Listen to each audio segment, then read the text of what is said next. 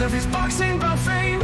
In this new chapter, he's changing the game. Uwe Boll has directed over 35 motion pictures that have starred such acclaimed actors as Sir Ben Kingsley, Jason Statham, Ron Perlman, Ray Liotta, and more. Famous for his work on film and for his work with film critics, we couldn't be more excited for today's guest, Uwe Boll.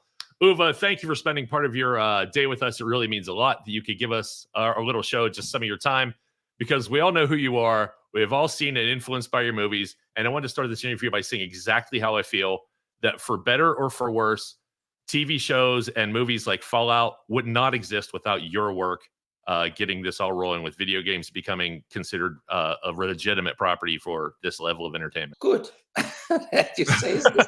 There was an article recently in the Video Game Magazine where the guy also wrote, like, I paved the way, right? So, I mean, I got all the criticism, and people were losing the shit on me, basically, because I was the first person who digged into it and made, I think, 5 or 6 films within 4 or 5 years based on video games.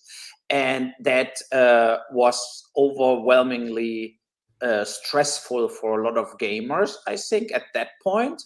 But now it's different. Now it's really, it comes more and more that people getting it, that games have also great stories, and not only comic books. I mean, it was always the little brother of comic books on the movie screen, because all that comic, Batman, whatever, Spider-Man, we grew up with these comic books. But now it's also a new generation. Like, my kids don't read comic books, but they play games nonstop. So, and that is the thing. It's like it changed. And I think video game-based movies will get bigger. Well, if I have a question about Postal, and the first question I really wanted to ask you is, what's the difference between a duck? I know. Yeah, Lindsay Hollister is asking that question in Postal. And I think Postal is not a typical video game-based movie in a way. No. It's maybe the only comedy ever made out of a video game. And it's so crazy like the game. I think the film got the spirit of the game. I remember, like, Vince Desi and the guys from Running with Scissors, they were in the beginning shocked when I said, no, we need to make this as a ridiculous comedy. We cannot make this just a massacre, like a run amok kind of thing. I did want to ask, like, how much of that would have been you or your co-author Brian C. Knight in the writing of it? I mean, I wrote, like, I would say 70%. Brian really polished the script, made things better, made also in the scenes stuff, and also created a few extra scenes. I think the harder, more ridiculous stuff is from me. The opening in September 11 and all that. I love the opening. Yeah. The opening tells you what the movie's going to be. There's no surprise. Yes. Like, this is what you're going to get. And it was, Yeah. So, yes, I agree. It has a political side to it in regards of kind of a nihilistic side, right? So you have this kind of, we're getting lies told every day by the media, by the politics. And a lot of things are totally different later, like 5, 6 years later, after something happened.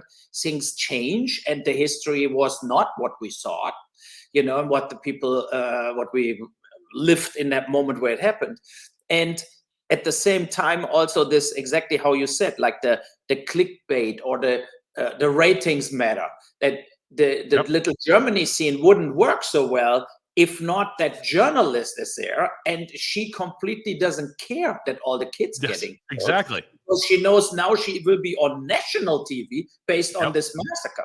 And I think that has a lot to, like, kind of mirroring the situation, also what's happening now and what happened 5 or 6 years ago already. And I think now with Fallout, but also with the one on HBO, The Last of Us. It was also the TV series. It was also very, very good. I really liked it. And I think in the TV series, you basically can flesh out, of course, more the different storylines and the overall character. So you get deeper sucked into it as you can do in film, you know. But when recently Amazon in Germany released a few of my films, new, like not new, but again on Prime, and they featured them. So in Far Cry was for a few weeks in the top 10 in Germany. Nice. You know, like, and the people loved it because it's this straightforward action. There's no like what you have a lot now. I think most films now trying to do a love story and a drama and action, whatever, you know, and teach you something. We're trying to teach you something. Yes, and it is the thing. It's like that moral stuff and whatever. And when I'm sitting somewhere and just want to watch an action film, I don't need this.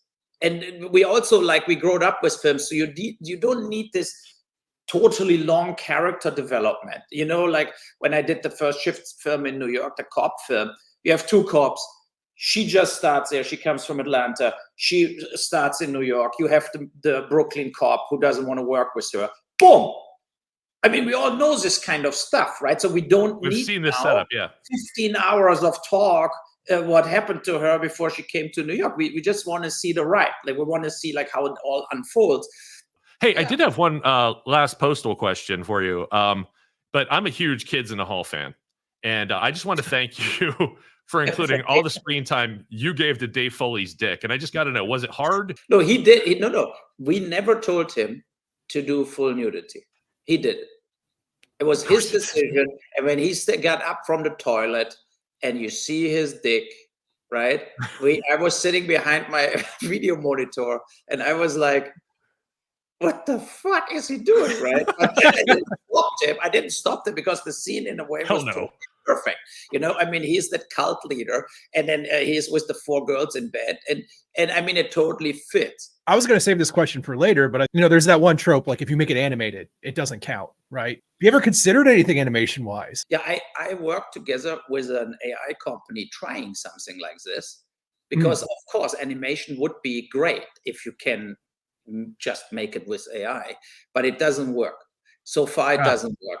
It's like comedy needs this kind of, and even if it's like when you see South Park, it's not high-end animation, right? Right. At least, but it's done funny. And similar to Family Guy, it's all far away from Toy Story or whatever, you know. Right. How it looks like, but you need to do this still like the old-fashioned way, or it will be not funny. So what the AI came up with was not funny. I wrote, I think, some funny scenes, but it was completely shit, basically, based on the AI voices and the animation. Maybe in 2-3 years, it's way easier, you know, because then I would love to produce an animation film, but or animation TV series like this, but it would be. For now, if I say I want to do Postal as an animation TV series, I don't think some streamer will give me the money for it. You know, they would say like, nah, no, that is too harsh. And then when you start censoring it, you destroy the whole production. Because then what is it in the end? Then it's not funny. Then everybody is like, oh God, that was so boring. So, you know, that's the problem with this. But we first would need, like, if somebody listens to this, we would need a real animation studio, you know, what really can animate like animation films. They need to partner up with me, you know, and then I can bring the creative part, the input, the script, and so on. But they would need to do the drawings. They have to make the animation. Then it could work, you know. I want to move on to your upcoming films because you have recently unretired from directing, and I don't know if you also retired from writing, but you're back in the director seat with First Shift, which is getting a wide release in September, correct? Yeah, beginning of September. What can you tell us about it?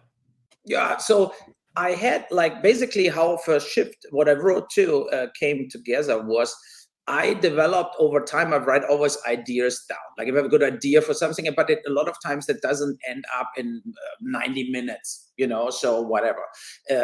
And I had like 2 or 3 of the little episodes of First Shift. I basically had them together, but was the whole time thinking, okay, but that it's not a film. But then I felt at one point, but what is if I make it a cop film and the lead actors are the cops and we go with them from case to case to case? And my little stories are these cases, what they went through in that day where they do the cop work. One is like an old guy gets a heart attack and they get him out of the supermarket to the hospital, and his dog is still like tied up in front of the supermarket. And when he's in the hospital, the cops come in, Gino Pizzi, and then they tell him, the old guys tell him, my dog is still in the supermarket, when they roll him into emergency, and now Gino says, oh God, where's the cop? And he's like, the supermarket, whatever he says, he gives him like the kind of a location. So he takes the dog, he goes and get the dog. And then for the rest of the film, he has that dog in his car, so I did like little episodes, but they're all overall in that story where you have two cops that have to work together the first time. Okay. I'm very happy with the two actors because they really pulled it off. Like Kristen and Gino, there was the chemistry is just there. And so it's a lot of this kind of funny scenes interrupted with this kind of, there's a mafia killing where a kid gets killed, and then the mafia boss basically kills the killers, because he knows the cops will not go over this. So it's kind of harder police stuff. It's an R-rated film, but at the same time, it has a lot of humor. And it doesn't have, because we didn't have the money, this kind of like endless car chases like Bad Boys or something. So this you will not have in the film, but you have solid action. I grew up about an hour and a half away south of Pittsburgh, and about another 10 minutes south of Pittsburgh is where your lead actor, Gino Pesci, grew up.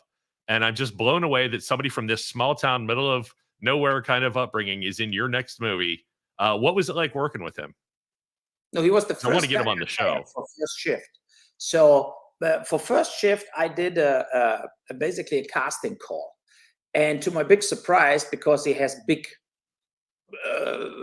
parts, like Shades of Blue with Jennifer Lopez, he was the second lead, so, and I was like, send him an email and say, oh, you're applying to play in my film, but I mean, look at your credits. Like, you normally think people apply who basically don't have so big credits.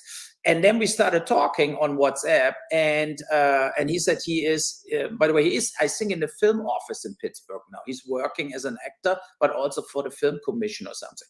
And he said he left Hollywood because he couldn't stand it anymore. He couldn't stand the Vogue, the cancel culture, this political correctness.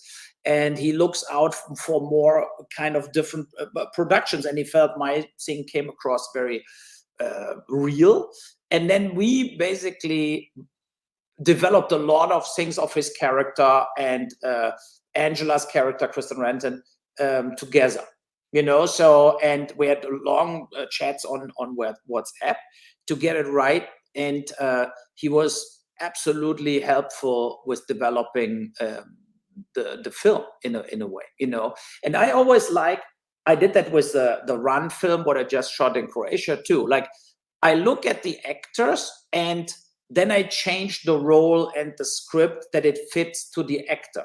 Because a lot of times you cannot, when I had now Amanda Plummer in Run, it's like Amanda Plummer is not Jennifer Lopez, right? So, and when I wrote Run, it was also not Jennifer Lopez in my mind, but it was still different as Amanda Plummer, And then you have Amanda Plummer, and you need to build her strong acting side out. How she acts, this kind of nervousness and a little like spaced away, like where you feel like that could totally work, And I like that, to do that with actors, and a lot of actors really like it. That I give them a lot of, that you say, look, if you want to do it a little different. And I also tell my actors always, like in this case, Gino and Kristen, I said, look, you tell me where you grew up. My film is about 12 hours. It's all in one day. but you should think about, I tell you, you come from Atlanta, it's your first day in Brooklyn, but you tell me why you are here. And Kristen developed that all on her own, why she left, Okay. and came to New York. And I like this. I think that's the whole point of making films, is also to work closely with the actual actors you have. And then as long as story stays, I'm totally open that they put their own ideas in. I did have 3 questions from audience members they did want to get to, because they put the time into writing them, and I do want to get to them. Zaz, you got the first question? Can it fit on the screen? Yeah, I'm clicking on it. Hey, that's a huge. Has Uwe ever thought about cutting out the middleman and just directing a game? And if so, what genre and what would it be about? Yeah, you remember Tunnel Rats? We made a game parallel to the film, my Vietnam War movie, 1968 Tunnel Rats. And there is a game, but the game company went bankrupt during the development. They were from Hamburg. What? And the game is only on Steam, Valve. Like, I think it's somewhere online only.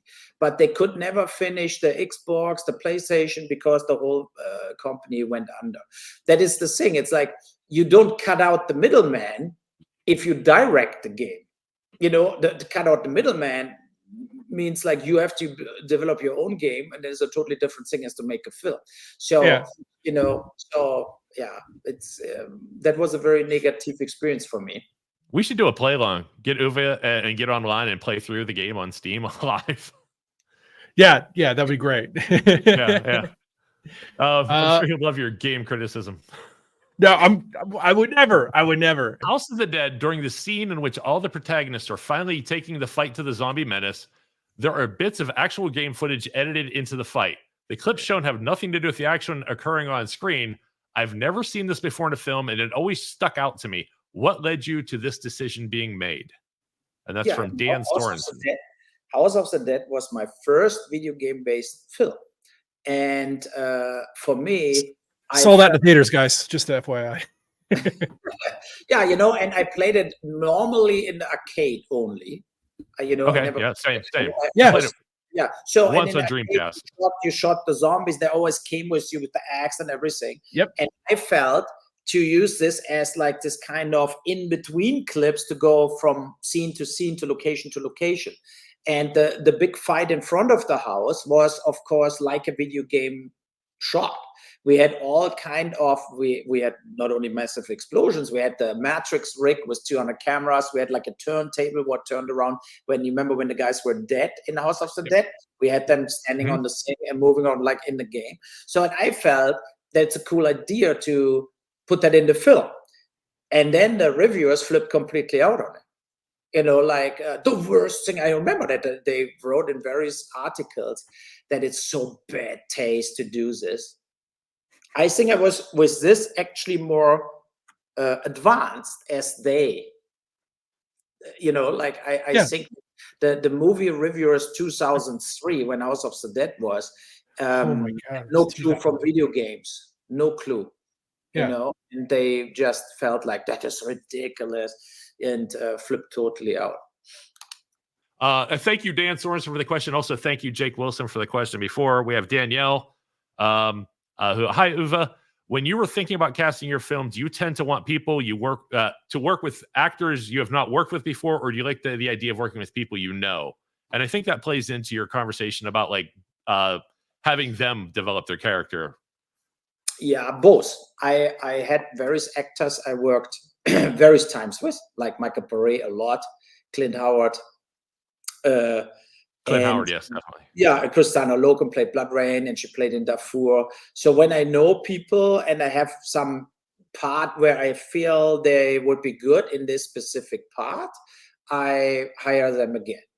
If I feel like, no, in this specific film it wouldn't fit or whatever, then it's not like, oh, I want to give him a job or something, And but I never forget, of course, actors I worked with and had a good relationship with. Right. And I'm eager to hire them again because I know it will be good. It will be a walk in the park. Yeah. You don't have any disputes. So